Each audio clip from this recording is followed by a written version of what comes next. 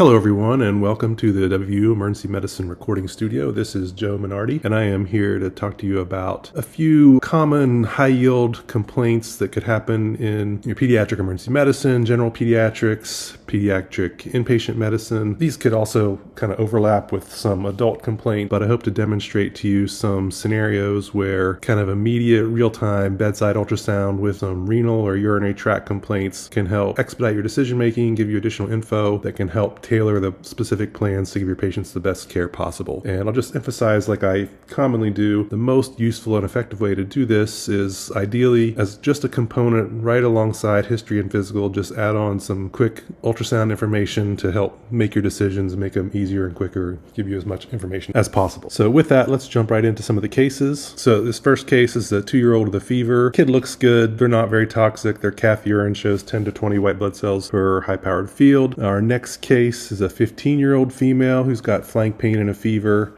Urine also, again, looks pretty consistent with infection. Third case is a 16-year-old male with acute left flank pain. Their urine doesn't really show any white blood cells, but we do see some red blood cells in there. Anytime you're considering the renal tract or performing an ultrasound of the renal tract, as a general practice, and doesn't really add that much more time, just always do both kidneys and the bladder. Just quickly demonstrates probe position and where to start looking for the kidneys and the bladder. Some of the scenarios where you may think to perform renal ultrasound, obviously symptoms like flank pain, if they've got hematuria, they've got renal failure, or just urinary infections, especially if they've got urinary infections with other more significant symptoms, fever, vomiting, signs of systemic illness, flank pain. And then diagnoses you're looking for, the primary thing we're looking for is signs of obstruction. You may also identify cysts, masses, atrophy. Those are other less common findings, but they're worth recognizing. But by far and away, the number one thing that we're looking for is, do they have obstruction or not? And just to kind of quickly review the decision making, again, we're talking, you're in third year now, you're in a clerkship, or maybe even this is something you could be looking at in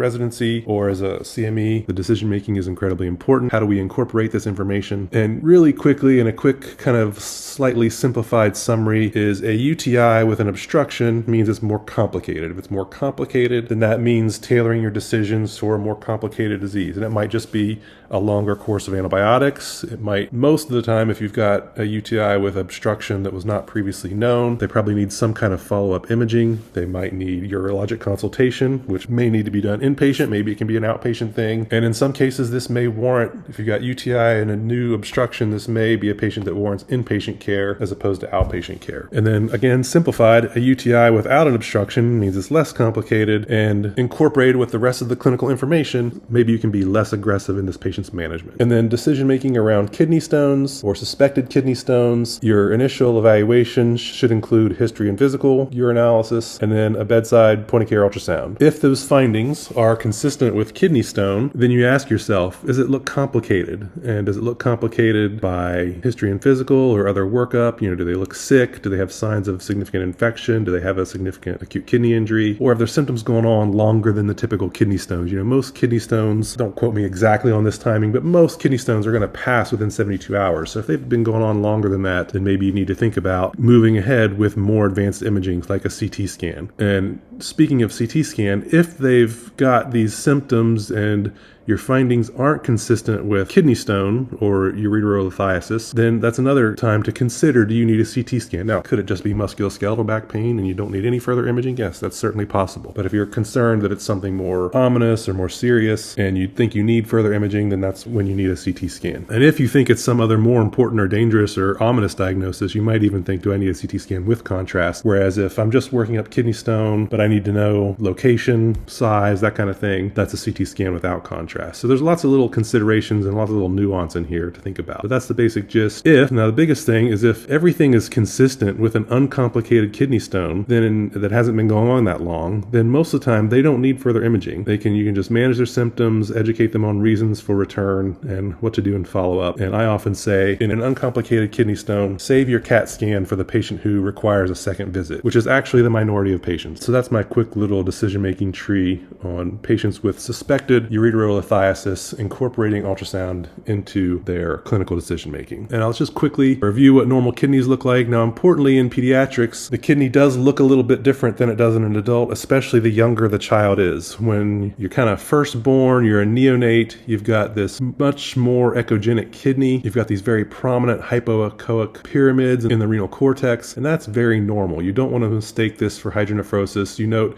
the center of the kidney is still narrow and tight. The renal pelvis is not very prominent in these kind of younger neonatal kidneys, and these are not hydronephrosis. See how they still kind of pyramid off, or they're like teardrops off of the renal pelvis, and that's a normal finding, and that's what normal kind of neonatal or really young baby kidneys look like. As the child gets older, they kind of slowly merge into what we are very familiar with in the adult world, and by the time a kid is 6 or 7 or 10 years old, they look mostly like adult kidneys. Here's a little bit older child again, thinner renal pelvis, more prominent renal pyramids in the cortex, slightly more echogenic parenchymal texture. This is a normal kidney in a young child. This, maybe under the age of 1, definitely under the age of 3. A little bit older child, you can see again, still more prominent renal pyramids within the cortex, slightly more echogenic renal parenchyma, slightly less prominent renal pelvis. And then again, we're just kind of progressing along age progression of kidneys and how they look. You see this renal pelvis is starting to get more prominent. These pyramids are not quite as prominent, but they're still quite visible. So these are, we're kind of moving from age neonate to maybe, let's say this is an 8-year-old.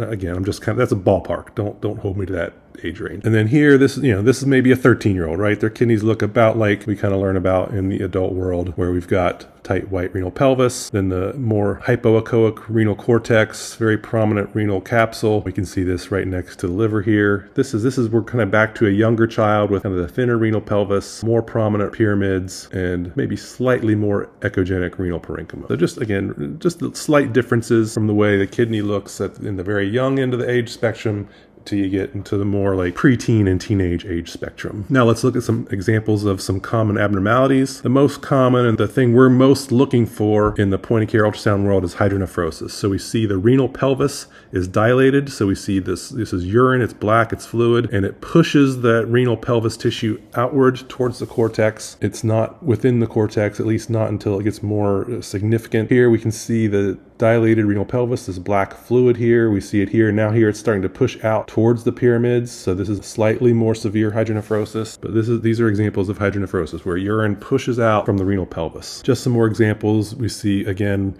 bright white tissue of the renal pelvis. We see fluid within.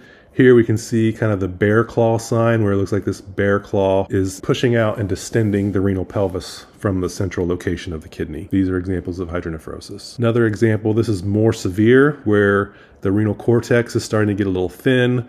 We see very significant hydronephrosis kind of distending that renal pelvis, kind of making the bright white renal pelvis tissue look thinner. The whole cortex is thinner. So this is a little more moderate to severe, or closer to severe hydronephrosis. And in some cases, and this is more common in congenital variants that you might first identify in younger children with maybe their first presentation of a renal problem, where the congenital urinary obstruction just kind of obliterates the kidney. And you'll look in the area of the kidney and you maybe not even recognize the kidney because it's so distorted and distended with hydronephrosis, where you just see a bunch of fluid backed up in the area where the kidney should be. And it can be a little hard to recognize if you don't understand that congenital obstruction may cause significant and severe distortion of the renal parenchyma such that it's unrecognizable. But you'll see lots of fluid and kind of a distended renal pelvis and distorted renal parenchymal anatomy in the area of the kidney. These are just some normal images of the bladder. You can see here kind of this hexagonal or trapezoid kind of shape. Here it is kind of ovoid. I want to point out that it's not a perfect circle. If you see something that looks like a perfect circle, you should suspect that that's not bladder and it's some other kind of cystic structure. If it's a female, maybe it's an ovarian cyst. Once in a while you get lucky. I don't want to say you're going to see this all the time, but if you examine kidneys and the bladder and you actually see a stone in the collecting system, that's a perfect, you're done. The diagnosis is not only made, it's definitive, and there's, for the most part, there's no need for other imaging if this happens. So here we've got a little stone right at the left ureterovesical junction in a female patient. This is the uterine fundus kind of folding over that empty bladder. And you can measure this, you know exactly where it is. You can measure the degree of hydronephrosis with the renal portions of this ultrasound. So this can be very useful in some of these patients. Although not going to see this that commonly, but you will see it on occasion. And then some other things, these aren't going to be common things that you will see, but they might pop up and it's good to recognize them. This is a polycystic kidney where, once again, the renal parenchyma is so distorted and kind of overtaken with all these multiple cysts that you can't even really recognize renal tissue. And it's not, if you're doing this as part of your history and physical in patients with these kind of complaints, you might be the first one to recognize this and identify this, so you want to know what it looks like. So this is a polycystic kidney. This is an atrophied kidney. So you can see here, there's almost no renal cortex. There's some renal pelvis and it's very thin. And I'm not big on memorizing measurements, but there are specific measurements indexed to the patient's age and size that kind of define renal atrophy. But if you look at this kidney, you can certainly recognize that it's just small, it looks shriveled up. This is definitely a case of renal atrophy. And if you're not sure, kind of double check references for exact measurements. So with those kind of things to recognize, let's go back to our cases quickly. So our first case, we had a 2-year-old with fever. They don't look that sick. You got a nice urine specimen, it's a cath specimen, and it looks consistent with an infection. And so you take a quick look at their kidneys and you see this on the right. So this is severe obstruction, severe hydronephrosis. So how does this influence how you're going to manage that kid? Well, we talked a little bit about this kind of child and this kind of presentation, and how this ultrasound that you can do in 30 seconds with your history and physical, you recognize this kid with a urine that looks consistent with infection, systemic symptoms of fever, and has severe hydronephrosis. This patient probably warrants inpatient treatment because they've got severe obstruction and they probably need further workup, a urology evaluation. Maybe there's some scenarios where this could be an outpatient thing, but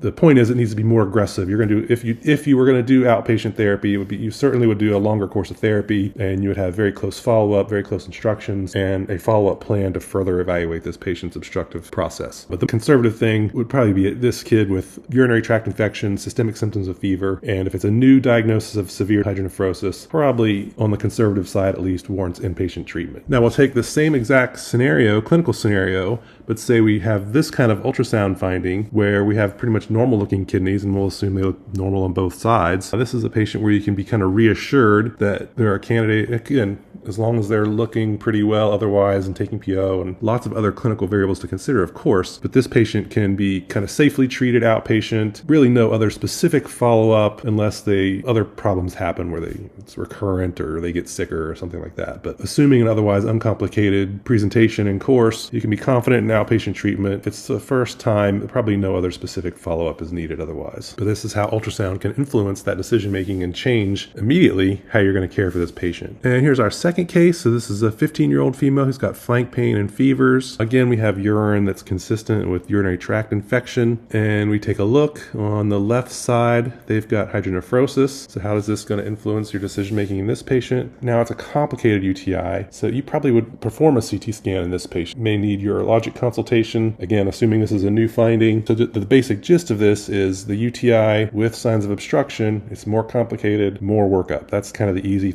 way to remember and think about this. Whereas if you didn't see any obstruction and the patient was otherwise not too sick and not too toxic, you could probably still treat this patient on an outpatient basis without these other imaging tests and other consultation. And in our third case, we've got 16-year-old male who's got acute right flank pain, urine look maybe consistent with kidney stone. We've got red blood cells and no real signs of infection. And before we get to the imaging findings, let's just go over a couple quick facts about renal colic. If you don't believe me, look up the literature. I'm not going to cite a bunch of specific studies on this, but the literature is pretty clear. In most renal colic, CT rarely changes management because 90% of stones pass spontaneously. Other facts, CT is costly, CT is time consuming, and we all know CT exposes patients to ionizing radiation, which is even more of an issue in pediatric practice. So these are some facts to recall when you're working up this kind of patient. And then just, I like to throw up some of this literature. Is CT the donut of death? At least projections. Now, this is just a projection. It's certainly conceivable and possible that overexposure to ionizing radiation due to CT scans, especially in pediatrics, could contribute to higher risk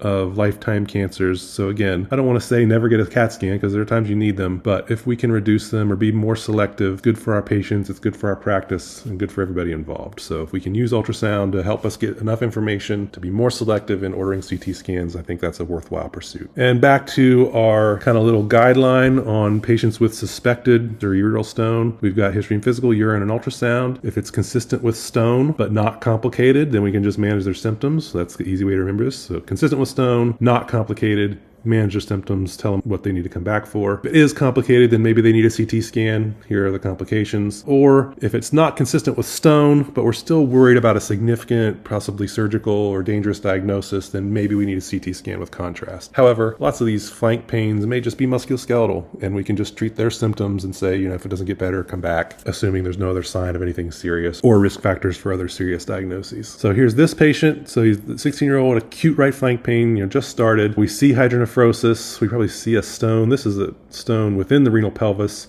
but there's also signs of probably something more distal causing some obstruction. So what do we do in this patient? They have hydronephrosis, so that makes ureterolithiasis very likely. Again, nothing's complicated so far in this presentation, so they deserve a trial of passage and then indications and education and instructions on what to return for. And if they return or they don't get better, then you can consider CT at that point. So like I like to say, in uncomplicated renal colic, save this CT scan for if the patient requires a second visit. So that's the cases I have for you. I hope this has been beneficial. Just to quickly summarize, we talked a little bit about using point-of-care ultrasound in the evaluation of complicated UTI, flank pain. We didn't talk too much about acute kidney injury, but one of the first things to exclude in cases of acute kidney injury is obstructive process, which you can again do right in line with your history and physical, or in about 30 seconds after you discover that elevated creatinine. You can quickly rule out obstruction at the bedside without any delay. As always, we have to apply ultrasound and incorporate it with the rest of the clinical picture in the clinical context. Ultrasound alone does not tell you how to manage the patient. It gives you information that informs those decisions. Hopefully we demonstrated how point-of-care ultrasound can just help you arrive at earlier, more accurate diagnoses and give you more specific information to help you be more confident and specific in tailoring your care plans to the patient in front of you. I think that's all I've got. I hope that's helpful, and I'll see you on the next one. Thanks.